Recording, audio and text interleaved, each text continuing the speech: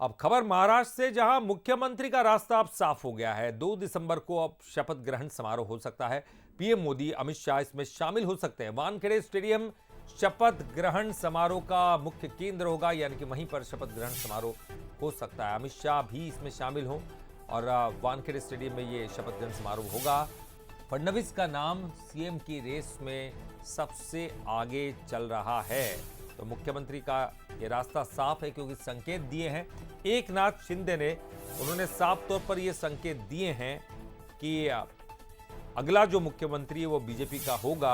हालांकि उन्होंने खुद अपने मुख्यमंत्री की रेस से बाहर होने की बात नहीं कही खुलकर, लेकिन उनकी बातों से तो यही मतलब निकलता है कि अगला जो मुख्यमंत्री वो बीजेपी का है।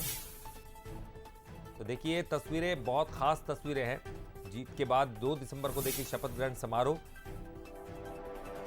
और चलिए, इस पर ज्यादा जानकारी के लिए बात करेंगे। हमारे साथ हमारे न्यूज हेड शरद द्विवेदी जी जुड़ गए हैं। शरद जी, आप भी कह रहे थे पहले भी कि उन्होंने संकेत तो दिए हैं, लेकिन खुद पूरी तरह से इनकार नहीं किया कि वो मुख्यमंत्री की रेस में शामिल नहीं है।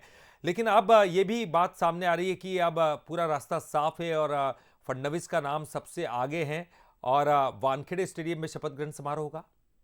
बिल्कुल, देखिए, वो जो प्रेस कॉन्फ्रेंस थी, अब ये साफ है कि वो प्रेस कॉन्फ्रेंस सिर्फ एक सफाई की प्रेस कॉन्फ्रेंस थी कि मैं कोई बाधा और अड़चन इस पूरी प्रोसेस में बनने नहीं जा रहा हूं और बीजेपी मुख्यमंत्री का ही होगा।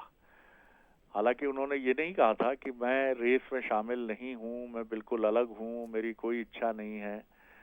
अब बात ये भी हुई थी पहले कि क्या कोई फार्मूला है इसका, लेकिन बीजेपी की जिस तरह की ताकत है, तो ये बात बहुत साफ है कि बीजेपी अब एक एग्रेसिव स्टैंड के साथ आगे बढ़ रही है कि आप मुख्यमंत्री का टेन्योर पूरा कर चुके हैं। भले ही वो पूरा टेन्योर ना हो, उद्धव ठाकरे के पद से हटने के बाद ये स्थितियां बनी जिसके बाद आपको मौका मिला, लेकिन अब आपको उन देवेंद्र फडणवीस को मौका देना चाहिए जिन्होंने जबरदस्त विजय की पटकथा महाराष्ट्र में बीजेपी के लिए लिखी है और जिसका फायदा उसके घटक दलों को, यानी शिंदे गुट शिवसेना और अजीत पवार गुट एनसीपी को भी मिला। तो बीजेपी अब इस लाइन पर आगे बढ़ रही है, बट ये सवाल अभी भी उलझा है कि अब क्या शिंदे केंद्र की राजनीति का रुख करेंगे या वहां पर कोई दायित्व, क्योंकि महाराष्ट्र में अब उनके लिए कोई योग्य पद क्या हो सकता है, ये देखना बड़ा कठिन है। चूंकि उनकी पार्टी अभी भी एक अलग वजूद की पार्टी है, तो वो बीजेपी के संगठन में बीजेपी के सदस्य भी नहीं है कि वो बीजेपी में कोई संगठनात्मक कोई बड़ा दायित्व निभाएं। तो अब यही बात समझ आती है कि अगला जो भी कैबिनेट रिशफल होगा उसमें कैबिनेट मिनिस्टर के तौर पर एक जगह शिंदे को मिल सकती है, क्योंकि बीजेपी जरूर चाहेगी कि वहां पर पूर्व मुख्यमंत्री के नाते वो मौजूद कम से कम रहें, जिससे सीधी टकराहट जैसी स्थितियां ना बने। क्योंकि खुद शिंदे गुट ने 70% सफलता हासिल की है, यानी 70% कैंडिडेट उनके जीते हैं, सिर्फ 30% हारे हैं। तो ये बात उनके मन में भी है कि हमारा भी कोई गया गुजरा प्रदर्शन तो नहीं रहा है। तो कुल मिलाकर बीजेपी आक्रामक होकर आगे बढ़ रही है, इसीलिए उसने अपना हक लिया है, अपना हक बोल कर लिया है कि अब फडणवीस को मौका मिलेगा।